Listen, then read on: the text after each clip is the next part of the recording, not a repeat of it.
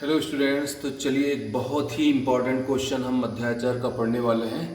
और इस प्रश्न के अंदर हम ये पढ़ेंगे कि एक समान चुंबकीय क्षेत्र में आवेशित कण की गति किस प्रकार से होती है। अच्छी तरीके से हम इस कॉन्सेप्ट को समझने का प्रयास करेंगे। हमें देखेंगे कि जहाँ पे यूनिफॉर्म मैग्नेटिक फील्ड है ना, जहाँ पे यूनिफॉर्म मैग्नेटिक फील्ड है वहाँ पे अगर कोई चार्ज पार्टिकल उस मैग्नेटिक फील्ड में एंटर करता है, उसमें प्रवेश करता है, तो वो किस तरीके से गति करना शुरू कर देता है। फिर से एक बार समझने की कोशिश करेंगे।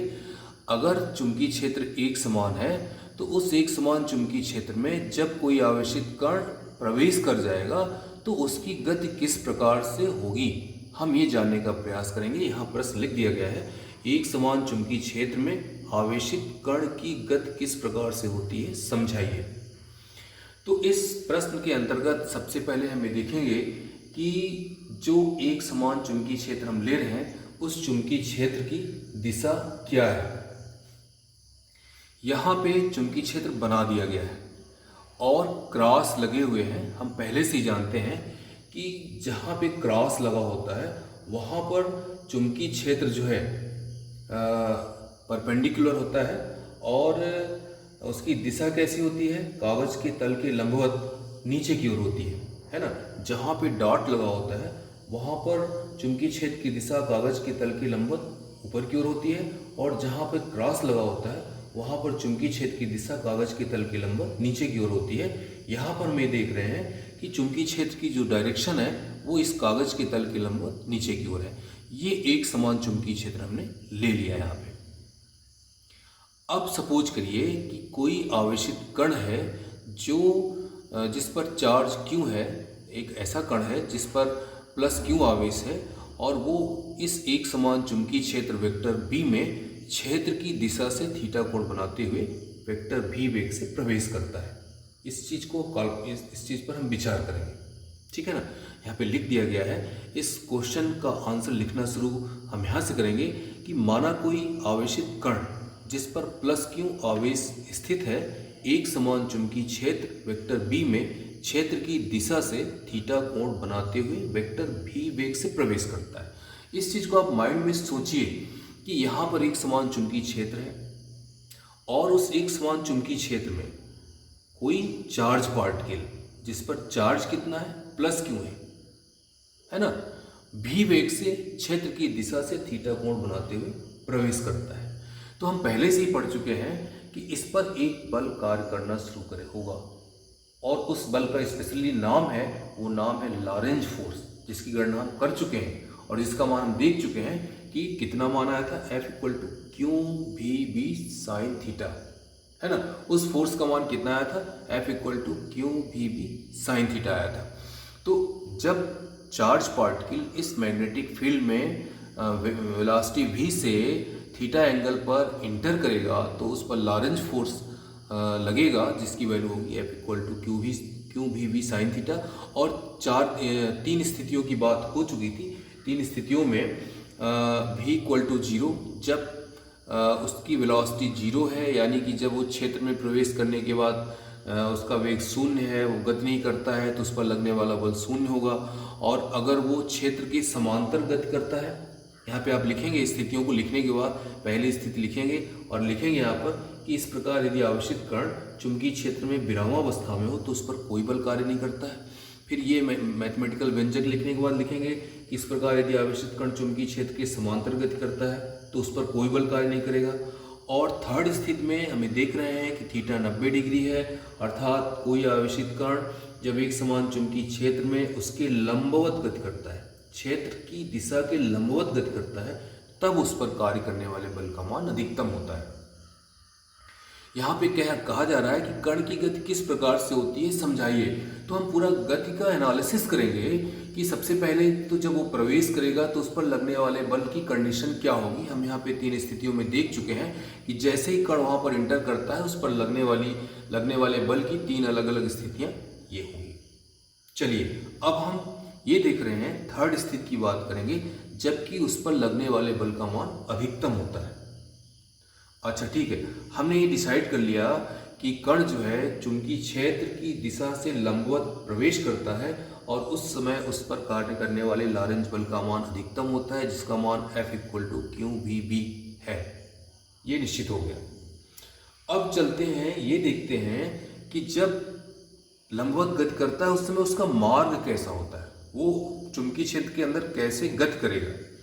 तो फ्लेमिंग के बाएं हाथ के नियम के अनुसार जो लॉरेंज फोर्स लगेगा, जो लॉरेंज बल वेक्टर F की दिशा होगी, वो वेक्टर V और क्षेत्र B के लंबवत होगी, है ना।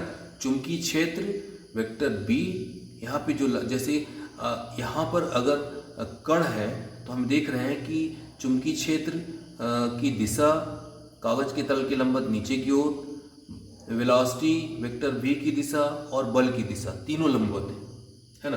तो हम अगर इसकी बात करें, लॉरेंज फोर्स की बात करें, तो लॉरेंज फोर्स यानी कि उस पर लगने वाला जो बल है वो चुंबकीय क्षेत्र की दिशा वेक्टर B और उसके वेग वेक्टर V के लंबवत होता है। और यदि चुंबकीय क्षेत्र कागज के तल के लंबवत नीचे की ओर कार्य करता है तो आवेश कागज के तल में गति करेगा, है ना। चूंकि यहाँ पे एक क्रॉस लगा हुआ है, क्रॉस का मतलब है कि चुंबकीय क्षेत्र की जो दिशा है वो कागज के तल के लंबवत नीचे की ओर है।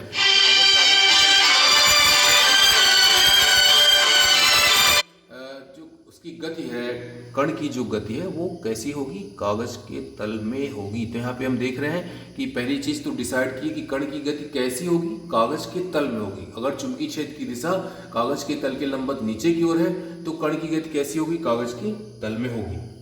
एक चीज तो यहाँ पे हमने यहाँ डिसाइड कर लिया, दो चीज़ों को डिसाइड कर लिया। पहली चीज़ ये डिसाइड किया कि चुंबकीय क्षेत्र की जो चुंबकीय लॉरेंज बल की दिशा है वो चुंबकीय क्षेत्र वेक्टर B और उसके वेग वेक्टर V की दिशा के लंबवत होता है।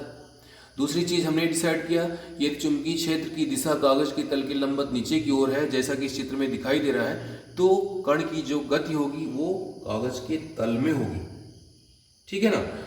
अच्छा, अब चूंकि बल जो है बल वेक्टर F जो है वेग V के लंबवत कार्य करता है। हर जगह तीन अलग अलग स्थितियों में देखिए कि जो बल F है वो V के लंबवत है। तो इस अगर ऐसी कंडीशन है तो इस बल द्वारा आवेशित कण पर किया गया कार्य शून्य होगा। लंबवत अगर है तो किया गया कार्य क्या हो जाएगा, शून्य हो जाएगा। तो अब यहाँ पे कार्य ऊर्जा प्रमेय जो 11वीं में हमने पढ़ा था, कार्य ऊर्जा प्रमेय, कि अगर बल नहीं लग रहा है तो कण की गतिज ऊर्जा में कोई परिवर्तन नहीं होगा। अगर बल लगता है तो कण की गतिज ऊर्जा में परिवर्तन होगा, लेकिन अगर बल नहीं लग रहा है तो कण की गतिज ऊर्जा में कोई परिवर्तन नहीं होगा, है ना। और जब कण की गतिज ऊर्जा में कोई परिवर्तन नहीं होगा तो उसकी चाल नियत रहेगी। चीज़ों को समझते जाइएगा स्टेप बाय स्टेप। आवेशित कण पर जब बल गतिज ऊर्जा में कोई परिवर्तन नहीं होगा तो आवेशित कण पर बल लगने के बावजूद वह नियत चाल से गति करता है, और यह तभी संभव है जबकि आवेशित कण वृत्तीय गति करे। फिर से एक बार समझने का प्रयास करेंगे यहाँ पे कि चूंकि बल वेग V के लंबवत है, बल जो है वेग V के लंबवत है, अतः इस बल द्वारा आवेशित कण पर किया गया कार्य शून्य होगा, ठीक है। अतः कार्य ऊर्जा प्रमेय से कण की गतिज ऊर्जा में कोई परिवर्तन नहीं होगा, अर्थात उसकी चाल नियत रहेगी, ठीक है। तो आवेशित कण पर बल लगने के बावजूद वह नियत चाल से गति कर रहा है, और यह तभी संभव है जबकि आवेशित कण वृत्तीय गति करे। तो क्या डिसीजन यहाँ पे निकला, यहाँ पे यह निष्कर्ष निकल रहा है कि इस प्रकार जब एक आवेशित कण एक समान चुंबकीय क्षेत्र के लंबवत गति करता है तो उस कण की गति वृत्तीय होती है। ये ऑब्जेक्टिव क्वेश्चन भी आता है कि एक समान चुंबकीय क्षेत्र में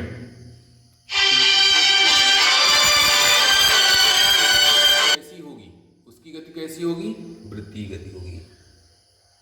और अब हम यहाँ पे जब हमने डिसाइड कर लिया कि कण की गति कैसी है, वृत्तीय है, तो वृत्तीय गति के लिए आवश्यक अभिकेंद्र बल कहाँ से प्राप्त होता है, लॉरेंज बल से प्राप्त होता है। यहाँ पर जो वृत्तीय गति के लिए आवश्यक अभिकेंद्र बल है वो कहाँ से प्राप्त होता है, वो लॉरेंज बल से यहाँ पे प्राप्त होता है। तो चलिए हमने यहाँ पे डिसाइड कर लिया, जो जैसा कि क्वेश्चन में डिमांड थी कि आवेशित कण की गति किस प्रकार से होती है, वृत्तीय होती है। एक शब्द में आप आंसर दे दीजिए, एक समान चुंबकीय क्षेत्र में आवेशित कण की गति किस प्रकार से होती है, कण की गति वृत्तीय होती है। तो जब कण की गति वृत्तीय होती है तो इस वृत्तीय मार्ग की त्रिज्या का कैलकुलेशन करेंगे, ठीक है ना। तब हम अब कार्य को आगे बढ़ाएंगे यहाँ पे, और हम सबसे पहले निकालेंगे कि इस वृत्तीय मार्ग की त्रिज्या क्या है। तो यहाँ पे लिखना शुरू करेंगे, माना आवेशित कण का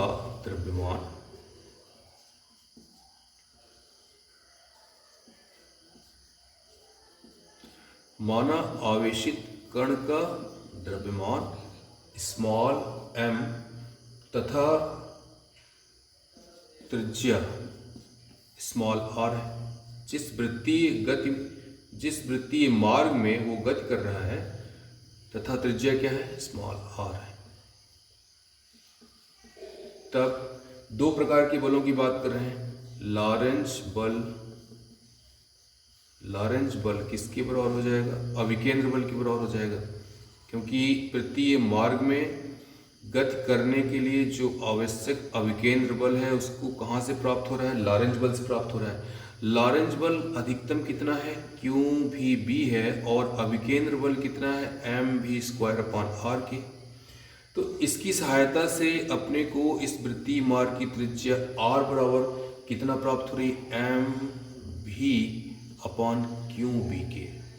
इसको हम इक्वेशन नंबर जो है सेकंड दे देंगे, ये दूसरा इक्वेशन हमको प्राप्त होगा। पहले इक्वेशन में हमने लॉरेंज बल की बात की थी, ये सेकंड इक्वेशन जो है वृत्तीय गति होती है और उस वृत्तीय मार्ग की त्रिज्या r बराबर mv/QB। अब उसका वेग भी निकाल सकते हैं, तथा इसी प्रकार वेलोसिटी कितनी हो जाएगी, इस वृत्तीय मार्ग में कण का जो वेग है वो किसके बराबर हो जाएगा, v बराबर, यहाँ समीकरण हम 2 से देख सकते हैं, QRB बटे किसके हो जाएगा, m के हो जाएगा, है ना, QRB बटे m के। इसको इक्वेशन नंबर 3 मान लीजिए। तो हमने दो चीज़ों को तीन चीज डिसाइड किए, कण की गति वृत्तीय होती है और वृत्तीय मार्ग की त्रिज्या r बराबर mv/QB होती है, और वृत्तीय मार्ग में कण का वेग v बराबर QRB/m होता है, ठीक है। अब यहाँ से हम फिर से समीकरण 2 की बात करेंगे। mv होता है p के, तो r बराबर हो जाएगा p/QB के। फिर से हम लिखेंगे पुनः समीकरण 2 से, पुनः